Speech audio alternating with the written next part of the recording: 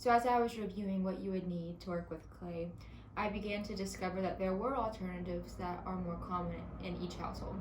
So I went through in my kitchen and I found some objects that I thought would substitute well for clay tools. Instead of a fettling knife, I just have a regular kitchen butter knife. I have an old fork.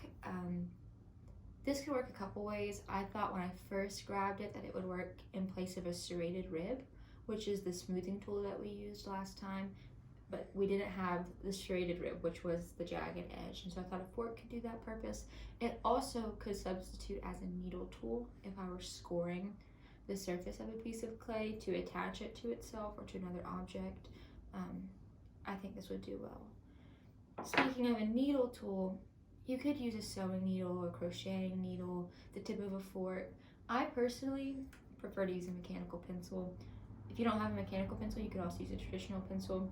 I like it because with the lead being down, it isn't sharp, but it is a small point. And so I can score the surface, but I can also click the lead and use the tip of the pencil to put, for instance, my signature in the bottom of my bowl or cup or on the bottom of my sculpture. So I would use a pencil for that. I don't have a kitchen sponge or like a sponge for the sink, so I'll be using the same sponge that I used last time. However, feel free, if you do have a kitchen sponge, or I know pretty popular right now are makeup, like blending sponges. You can get a 12-pack of the Dollar Tree for $1, and so that might be an alternative that you consider. And then I have this, was so graciously given to me by my father. It is an old store card. You may have an old ID card or an old gym membership card. Really anything will work, and it's just going to be used in lieu of the rib to smooth the surface. It could also be used to add texture to your piece of clay. It's up to you. So the last thing I have is optional. I recognize that everyone's not going to have it. This is a turntable my grandmother gave to us. Here's the bottom piece. And here's the top piece. It really just sits in my kitchen to hold spices and sweet potatoes and salt and pepper or whatever else. It would work really perfectly in place of the wheel that we use traditionally. I don't think I'll use it today just for this demonstration, but I might.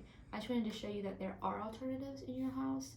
Maybe you don't have a setup like this, but you may have something else that spins. I know that there are racks that hold purees or spices that spin, and so you may have one of those. If not, it's not a big deal. You could always use a board like this. We talked about last time, this was a plaster board. You can buy it in big sheets of 8 by 10, typically relatively inexpensive. I think you can get a 4 foot by 8 foot sheet for like $12 or $13, and so this is something for you to consider. And then I'm also going to use, this is an old takeout container. I like that it's wide enough for me to get my hand inside of, but it isn't glass, and if it gets dirty I can easily wash it off, and if it gets too dirty it is disposable. So those are the tools that I'm going to be using predominantly in my kitchen clay video.